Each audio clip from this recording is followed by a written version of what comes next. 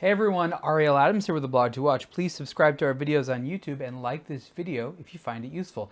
This is a review of the Seiko Prospex SRPA71. This is a new version of the, I'll just call them the land Prospex models, because Prospex is all about mostly diving watches, some pilot watches, and some land watches. Now, in the review of this watch, I discuss a little bit about what a land watch is. And it's a little bit of an ambiguous topic, but think of it as a land exploration watch, sometimes called a terrestrial watch. It's not really a dive watch because it's not meant for diving, but it has water resistance. It's not meant for flying, even though it's easy to read. It's a land watch, and it's sort of something that doesn't really exist too much anymore. Some people call them hiking watches, but hiking watches these days have usually have quartz movements and do things like have altimeters and things like that, such as Casio's ProTrek models. So the Seiko Prospex SRPA71, which is a land model, what it has is, in addition to actually a pilot style dial, which is actually very nice, it has an inner rotating navigational bezel with compass markings on there that, if you know how to use it, which I don't with any expertise, you can use to use in conjunction with the sun to know the compass direction. And you can use it, I believe, in conjunction with a compass to know a bearing or a heading or something like that. I don't use a lot of analog compasses, so I apologize if I'm totally misrepresenting. Well, I'm not totally misrepresenting. If I'm not able to articulate perfectly how to use one of these internal rotating bezels, but as is the case with many analog instruments, they were popular before my time. I'm sorry. Anyhow, this is a new watch for this year from Seiko, and I think it's going to make a lot of people happy. And the reason is it blends a couple of interesting elements in a nice design with a really affordable price. So let's talk about the case.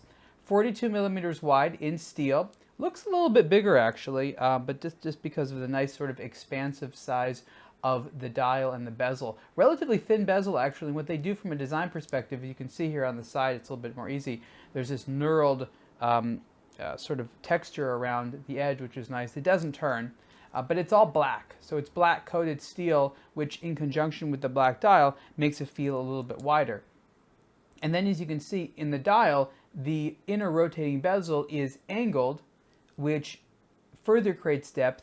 And then the hour markers are a little raised, so there's a sort of a nice sense of depth and expansiveness to the dial. The dial's really the best part. Nice, well-sized hands. Like I said, aviation instrument style hour markers that are bold and well-loomed and very easy to read. So I think that people that like a nice, legible sport watch at an affordable price are really going to be into this. I haven't sized this one yet, but let's put this on. Just so you know, the SRPA71 comes as several different versions. I think there's 5 or 6, depending on the region you're in, that are made. Some of them are on a strap. So you can see that at 42 millimeters wide, that's a nice healthy size. Like I said, it wears a little bit large for 42, and part of that is because of the relatively wide lug structures there. Inside the watch is a Seiko in-house made caliber 4R35.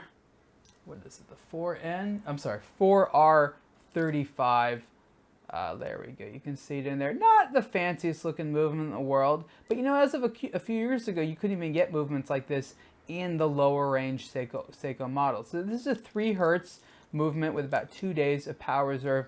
And what's, I guess, cool about it compared to some of the older movements, and this is important for people that are thinking about upgrading, is it features 2 things that some of the older Seiko low-end mechanical movements didn't have. One is hand winding.